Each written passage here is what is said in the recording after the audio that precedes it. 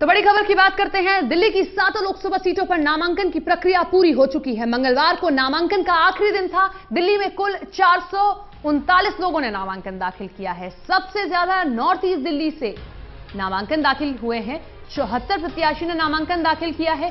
सबसे कम बात करें तो नॉर्थ वेस्ट सीट पर देखे गए हैं, वहां पर केवल 39 उम्मीदवारों ने नामांकन दाखिल किया है। चांदनी चौक लोकसभा सीट 63 उम्मीदवार मैदान में उतरे हैं। वहीं पूर्वी दिल्ली सीट से 66 उम्मीदवारों ने नामांकन दाखिल किया है। नई दिल्ली सीट पर 61 प्रत्याशी ने नामांकन दाखिल किया और दक्षिणी दिल्ली सीट से 64 उम्मीदवारों ने अपनी ताल ठोकी है। तो नामांकन की प्रक्रिया पूरी हो चुकी है राजधानी में और अलग अलग जगहों से प्रत्याशियों ने अपने नामांकन दाखिल कर दिए हैं। कई दिग्गज चेहरे कल नामांकन दाखिल करते हुए नजर आए थे।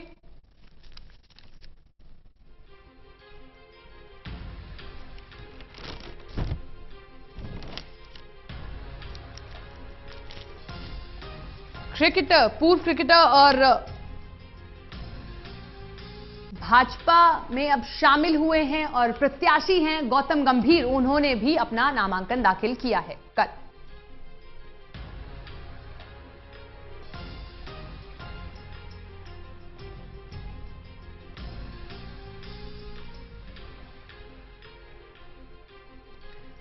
तो 7 लोकसभा सीटों पर नामांकन की प्रक्रिया पूरी हो चुकी है। कल आखिरी दिन था जब दिल्ली में नामांकन दाखिल होने थे।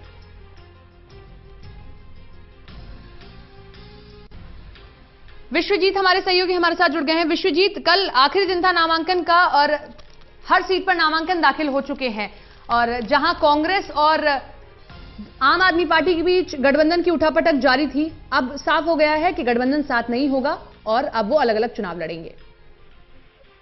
जी बिल्कुल। अभी हालांकि जो जिस तरह से नॉमिनेशन हुए हैं उससे तो ये साफ है कि दोनों ही पार्टियों ने अलग अलग मैदान में उतरने का फैसला कर लिया है।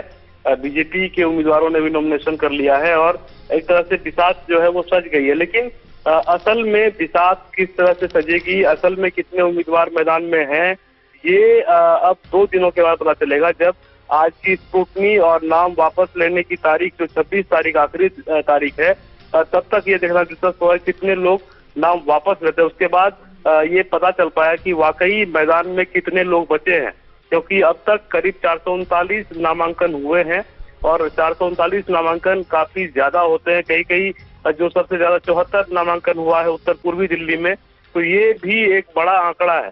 तो अभी ये देखना अभी बाकी है कि कितने लोग असल में मैदान में टिकते हैं, कितने लोग असल में चुनावी जो भाग्य है वो आजमाते हैं। वो नाम वापसी की तारीख खत्म होने के बाद होगा। लेकिन ये बात अब फिलहाल करीब करीब तय दिख रहा है कि दिल्ली में कांग्रेस और आम आदमी पार्टी के बीच गठबंधन की जो बात चल रही थी वो अब करीब करीब खत्म हो चुका है और दोनों ही पार्टियां अलग अलग मैदान में हैं, अलग अलग ताल ठोक रही है और अपनी जो उपलब्धियां हैं, अपने जो आरोप हैं, उसके दम पर वो वोटरों को लुभाने की कोशिशों में लगे, अलग अलग करेंगे। शुक्रिया विश्वजीत।